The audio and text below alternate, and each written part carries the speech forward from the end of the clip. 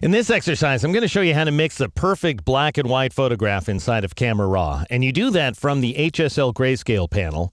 And then I'll show you how to infuse that image with color using the options in the split toning panel. I have open CaliforniaCoast.dng, and I've already cropped the image and applied some basic adjustments to it so that it looks its absolute best, let's imagine. And these settings are saved along with the file. Now, before you embark on a grayscale image, I advise you to work just the way I have. Go ahead and apply your cropping first, then apply your basic adjustments, and save those adjustments out as a snapshot.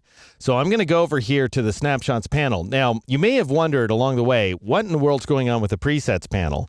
Because it allows you to save adjustments too.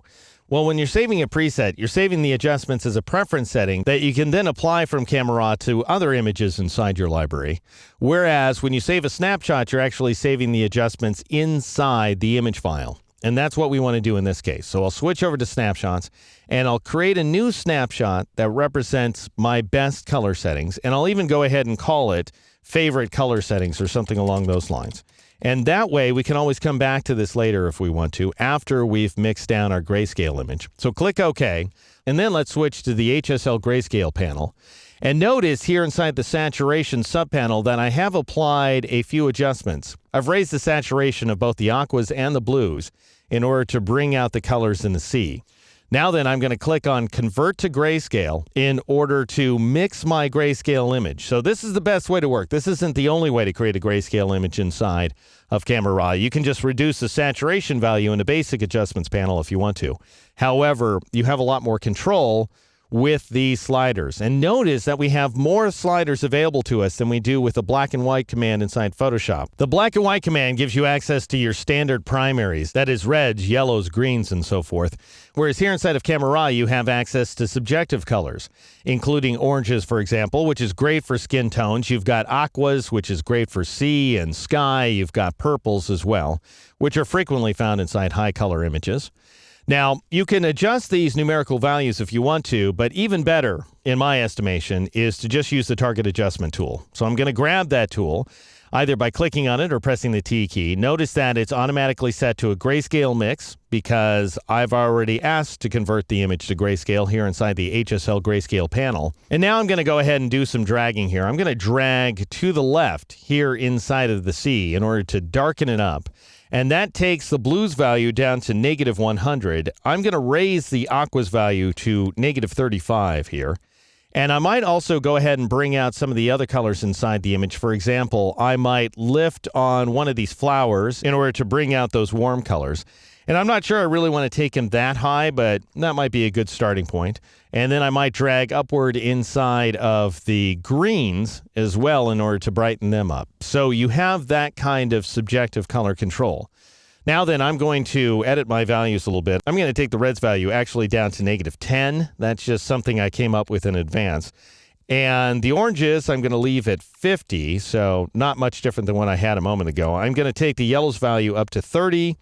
And I'm going to take greens to 15. And these are just, again, values I came up with. If you want to go your own way, feel free to do so.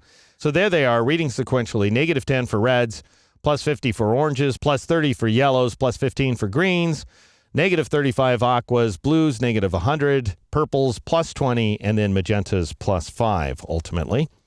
Now, notice that we have a ton of noise going on inside of this image, and it'd be interesting to find out how much of that noise is authentic. So I'm going to press Control-Alt-0 or Command-Option-0 on the Mac to zoom the image to 100%. And let's scroll over to this region, and I'll see here inside of this C region that I have a couple of weird things going on. First of all, I have these highlighted edges. And that is going to happen. That's going to be an artifact of this effect. Since I am taking the blues down so low, and I'm raising the green values, which are right next door, I'm going to create some edge artifacts. And either I'm going to live with that, which I am, or I'm going to adjust my settings to get rid of the edges. The more troubling phenomenon, and luckily I have some control over this, is these weird striation patterns, these vertical patterns that are appearing inside the sea. So let's switch over to the detail panel, and this would be color noise inside of the sea. That's what I'm guessing. And the fact that we're seeing the striations is probably a function of this color value of 25. If I take it down to 0, then I see the joyful world of noise. that's inherent inside of this image. Now, the bad thing about this noise is it's distracting and chunky and very obvious. The good news is that it kind of covers up those edge artifacts. So I might think about keeping it, but only briefly, because what I'm really going to do is I'm going to crank this color value all the way up to 100. Because I don't care if the colors are bleeding into each other now. That's what happens. If this were a full color image, I would see the colors bleeding back and forth. So I would see the blues bleeding into the hills and the greens bleeding outward into the sea and so forth. But where a black and white image is concerned, that doesn't even matter. So I'll just max out that color value. And then I'll also go ahead and take the luminance value up to 15 for good measure. And I'll leave the other values set as they are. Now that ends up making the image look a little bit soft, frankly. So where this image is concerned, I'm going to take a fairly radical approach. I'm going to max out my sharpening amount value to 100%. I'm going to take that detail value down to 0. And I'm going to raise the radius value a full pixel to 2. And that converts to 2.0 as soon as you press the tab key. And we end up with this effect here. Now, the problem is, as soon as I start zooming out for my image, at 50%, I start seeing the noise come back, which is pretty distracting, and it gets in my way of perceiving what the image really looks like. So if you want to get an accurate view of your image, of the noise reduction inside of your photograph as you work inside of Camera Raw, here's something you can do. Notice this link down here at the bottom of the window.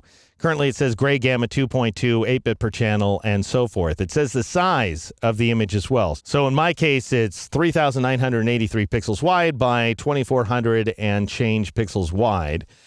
You can go ahead and change that if you want to. I could click on that link, and these workflow options control how the image opens up inside of Photoshop. That's basically all that's going on.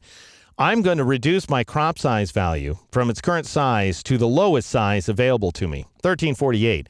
And that's going to force Camera Raw to do a downsample here inside of the image window.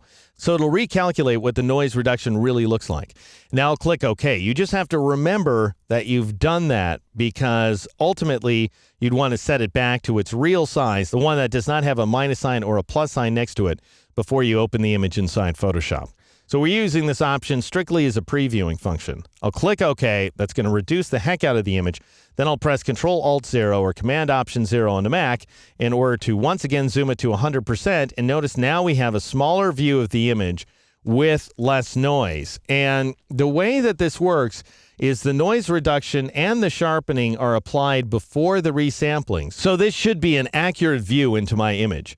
All right, the next step is to infuse this image with a little bit of color using the split toning options, and I'll show you how those work in the next exercise.